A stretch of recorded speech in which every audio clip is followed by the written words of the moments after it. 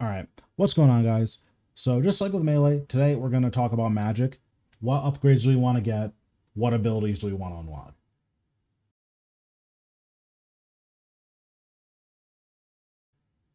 In the last video, we talked about Greater Concentrated Blast.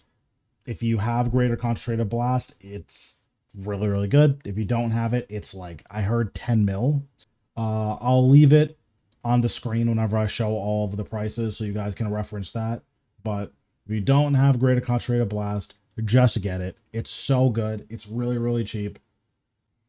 Now, because of the types of places that magic is good at, Greater Chain is probably going to be one of the next upgrades you should look into. Magic with Animate Dead is typically going to be better at places where you're taking lots of small hits. So Elite Dungeons, tzkal-zuk, these are places where magic really, really shines. Consequently, getting an ability like Greater Chain is going to do you a solid. This ability is really, really good. What it does is it does what Chain does, where it, spreads to a bunch of enemies. However, your next magic attack will also spread with 50% reduced damage. Typically what that means is you're going to Greater Chain Omnipower, Greater Chain Wild Magic. You can even Greater Chain Detonate if you want to, if it's a bunch of melee enemies, because the detonates can overlap and it's a lot of damage. There's a lot of cool stuff that you can do there, but in AoE scenarios, like the places where magic happens to be good at, Greater Chain is really, really good. If you are going to get Greater Chain, then be aware that you do need Coroming on something that you're using. I have it on my Fractured Staff. That's not best in slot. So if you want to bring a orb that has Coroming on it, or if you just want to put Coroming on your main orb, that's something that you can do. But having Coroming 4 on your Greater Chain means it can spread up to 7 enemies. Well, it can spread up to 6, so you can hit 7 enemies. That is a massive amount of damage. While Greater Ricochet is the best single target damage that you can get from any ability, Greater Chain is the highest damage magnifier when you consider, an Omnipower with this gear is going to do 8,000 damage. So instead of you chaining and then you Omnipower one guy and does 8,000, it does 8,000 of that guy and then 4,000 to everyone else. That is massive. That's a 300% damage increase, right? So if you plan on doing Elite Dungeons, if you plan on doing tzkal-zuk, this is going to be your most powerful ability by far. It's not close. Hey guys, Raph from the future. I forgot to record this while I was doing the initial recording, so I figured I'd insert a segment here. I didn't talk about Magma Tempest, and I just forgot to. Basically, Magma Tempest is, you can only use it with staves, and it does a lot of damage. I think it's average damage like 200% or 220%. It's really a lot of damage. It's mainly going to be usable against Poiso bosses and in AoE scenarios like Slayer. So generally, I would say it's not super worth doing unless you're doing a lot of AoE stuff. Granted, magic is really good in AoE scenarios, so if you're doing a lot of Elite Dungeons, if you're doing a lot of tzkal-zuk, you're going to get a lot of usage out of Magma Tempest, but it is expensive, so just be aware of that.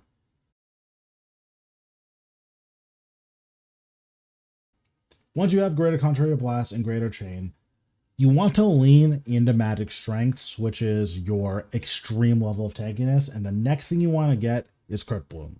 Cryptbloom, what this does is with 2 pieces, you take 12% reduced magic damage, 8% reduced melee. Those bonuses get increased by 50%. With the 3-piece, they're doubled if your primary spell is an earth type.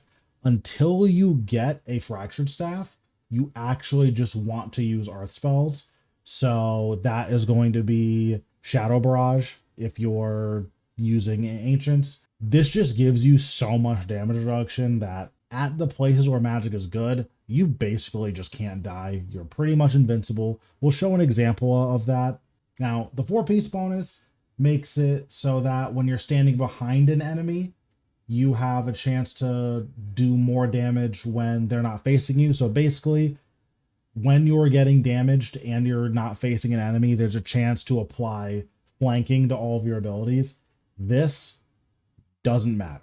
However, the 5-piece bonus is really good because when you fall below 20% life, you gain a massive shield. I don't know exactly how big the shield is, but it's a lot. The last time I checked, it was like 4,000 or 5,000. So it's a lot. It's really, really good.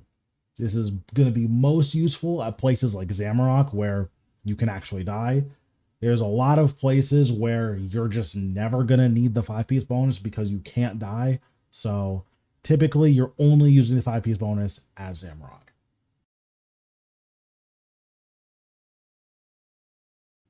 Because you typically only run 3 pieces, what I would say is you want to get your enhanced Kerapac's wrist wraps. It's just higher tier, so there's no reason not to get them. You get a little bit more damage, tiny bit more armor, and these are really cheap.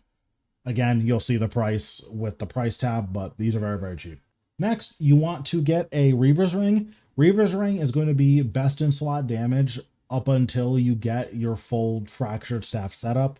Now, the unfortunate thing about Fractured Staff is that until you have all of the things, they're basically all bad on their own. So Channeler's Ring is fine, but not really. Like, you're not using this ever until you have an Armadyl Battle Staff, but an Armadyl Battle Staff doesn't do anything without Grimoire and Fractured Staff, but your Fractured Staff doesn't do anything without Grimoire and your Crit Ring.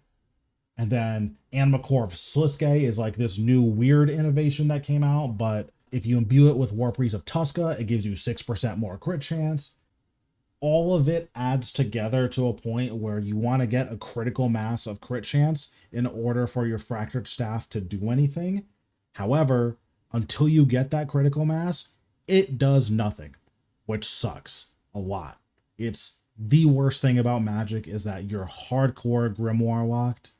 You can opt out of using Fractured Staff entirely if you're doing a boss like a Raxor who's just not going to live long enough for it to be worth using Fractured Staff. But that's kind of the deal with Magic, unfortunately. You want to get a Reaver's Ring because this affects all of your abilities. More damage on all of your abilities is more better. Once you have your Cryptbloom and your Reaver's Ring, the next thing you want to get is an Essence of Finality with Guthix Staff. This is your best in slot special attack if you're not under the effects of your Fractured Staff. And even if you are, it's still just a very, very good spec. It hits really hard. It also reduces the opponent's defense. So at enemies where you don't have 100% accuracy, this also gives you an accuracy increase. So it does a lot. It's super cheap. They're like 60k.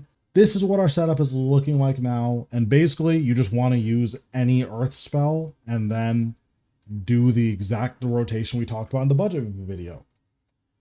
Once you can afford all of the crit stuff at the same time, this is when Magic completely changes into a new beast.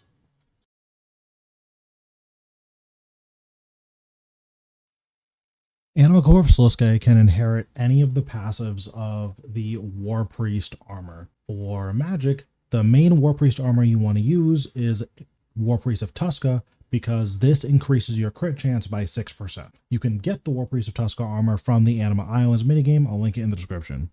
You need to do that minigame for about 4.5 hours to get the full set. It is a guaranteed 4.5 hours, but it is still 4.5 hours, so totally understand people not wanting to do it. However, this is best in slot damage. Because you get access to 6% more crit chance, you get such a critical mass of crit chance that your Fracture Staff goes into overdrive and you just have infinite adrenaline. With your Anima Core of Sliske having the crit passive and biting 4, which I believe I have on my chest, you get 14% crit. Your base crit chance is 10%, so you have 24. With your Grimoire, it's 36. And with your Channeler's Ring, it is 4% per hit. And then you're also using a Calgarian Demon. So you have 42% crit chance, and then all of your channeling abilities get even more than that. So this is going to be your DPS armor because the crit chance is just so much more valuable than anything else. Like the raw damage from Tectonic just doesn't matter at all. At this point, you're going to want to get a Wand and Orb. You can get a good Wand and Orb whenever. Seismics are going to do you really, really well until you get your full setup. Once you get your full crit setup, then you can upgrade to FSoA, but seismics are going to be really, really good. I don't own seismics because I have FSoA, so just know that seismics are good. Okay, we have our full crit setup. You want to get your Anima Core of Sliske, you want to get your Aerithor's Grimoire, you want to get your Channeler's Ring, and then you want to get your Fracture Staff of Armadyl. Again, these things together are really powerful. Separately, none of them do anything. What Fracture Staff does is, while the special attack is active, every time you crit, it sends an ability out that just does damage. So all of your crits have an extra auto attacks worth of damage tacked onto them. Those can crit, but those crits can't re-trigger. So you can't go infinite with sufficiently high crit chance. But the damage is there. The damage is really crazy. Finally, you also want to get an Armadyl Battle Staff. Armadyl Battle Staff is super good just because it's a 5-hit channeled. So every time you use it, you have 5 chances of proccing your Tsunami to get extra adrenaline. You have 5 chances of generating an extra auto attack from the Fracture Staff spec. And again, it's a channel, so 5-hit channels are just going to be incredibly powerful. Okay, so we finally have our full crit setup. What's the rotation going to look like? With our full crit setup, Insight Fear is going to be our most powerful spell. But what some people will do is that they will switch off of Insight Fear while its 12-second cooldown is active. So you see here it says at 5 stacks, you trigger Frost Surge as a 12-second cooldown. What really, really high-level players will do is they will either 4-tick with Exsanguinate or just something else, or they will switch off of Insight Fear just because Exsanguinate gives you more basic ability damage. That's a lot and beyond the scope of this video. This isn't really going to be a here's how you 4-tick and do ultra powerful rotation. This is going to be how do I use a Fracture Staff? So let's get into it. Insight Fear is going to be the spell that we're using. The main reason we're using this is because it does an extra hit and it reduces the cost of Tsunami by 60%. That means that Tsunami, which is now very easy to cast because it only costs 20% of adrenaline, is going to be a major part of our rotation. So let me clean up my inventory really quick. Now, if you're really new to Magic and you're new to your Fracture Staff rotation, there's a lot of value in making your rotation less complicated and not doing a staff switch every time you're doing a big ability. That's what I'm going to do for just the sake of this video for how you can get your, beginner Fracture Staff rotation. Once you get more comfortable with your Fracture Staff, you're eventually going to want to 1-tick staff switch whenever you cast a big ability. This is because 1, your staff has tier 95 damage, so it is very, very slightly more damage. But 2, if you G-Conk and then on the last tick switch to a staff and cast an ability, that ability will benefit from G-Conk.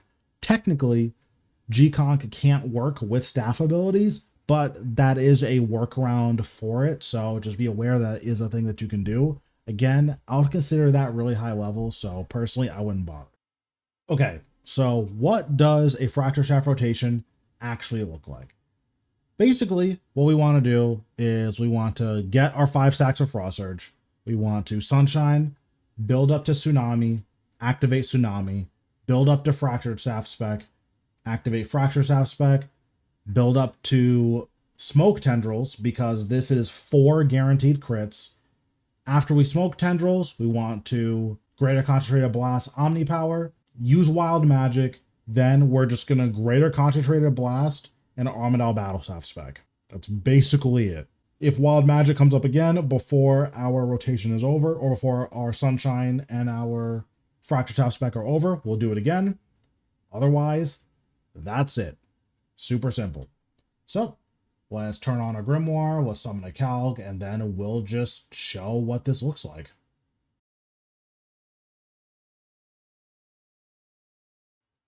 Okay, Grimoire is on, and let's do it. So we'll build up our stacks first. Sunshine.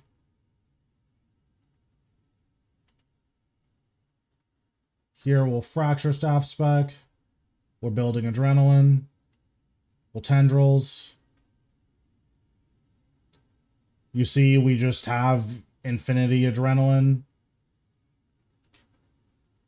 Wild magic. And now we Armadyl battle staff spam. And then we're just gonna G-Conk Armadyl battle staff. And that's it.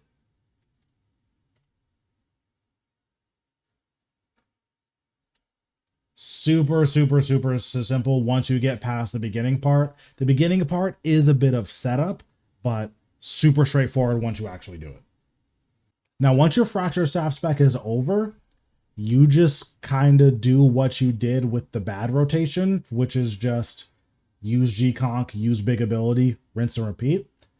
It's really unfortunate that that's how it goes, but that's just kind of the deal with Magic. Outside of your Fracture Staff, you sit there and do nothing, and then once your Fracture Staff is back, you get to play the game again. Also, if you have Limitless, this rotation can be expedited a little bit because after you Fracture Staff spec, you can usually instantly just Limitless Tendrils, which is really good. So we can actually show what that looks like.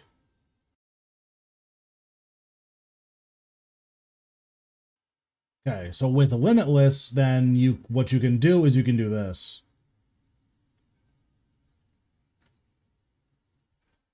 Okay, you G-Conk, Tsunami, Adrenpot, use one ability, Limitless Tendrils, G-Conk, Omnipower, Wild Magic, G-Conk, and then we're just gonna double Armadyl Battle Staff, G-Conk, Armadyl Battle Staff, Armadyl Battle Staff, G-Conk, Armadyl Battle Staff. And you saw we had infinity adrenaline during that time. There was no ability we couldn't cast when we wanted to cast it. However, once we're done, we just kind of do what we normally do. Just G-Conk, Wild Magic, G-Conk, Omnipower, G-Conk Asphyxiate, and then, you know, build up to 100% adrenaline, rinse and repeat. So that's kind of the deal with Magic. You're on average going to do significantly less damage than melee and ranged, and honestly, even necromancy. But that's offset by how tanky you are with Cryptbloom at the places where that type of thing matters. So what I'm going to do is I'm going to go into ED2 in the opening slime room, and we're just going to AFK with my staff, because my staff is my AoE. We're just going to AFK there with Soul Split on and see how long we last. After that, we're going to... Let me switch up my bar a little bit. After that, we're going to do it again, but we're going to use Cryptbloom, and you'll just see the big difference in how tanky we are.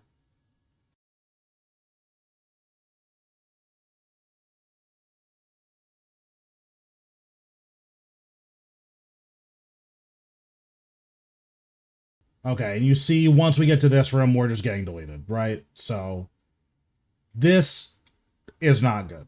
This is pretty squishy. Now we'll put on our Cryptbloom, and you'll see that that is no longer an issue.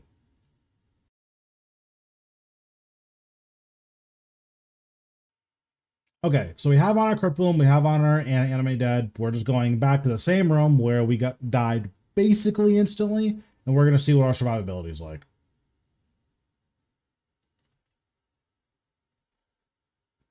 So far, they're basically not doing any damage to us. We're just completely ignoring them and only hitting this dragon. And we are not taking any damage. We are currently neutral on damage. So yeah. Hopefully this is a pretty clear explanation of just how tanky Cryptbloom is. We're taking a little bit of damage now, so we will put an ability on these that does AoE damage.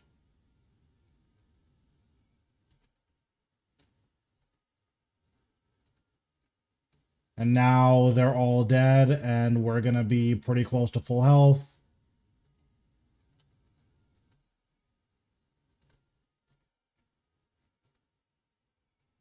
But yeah, this is what Magic is good for.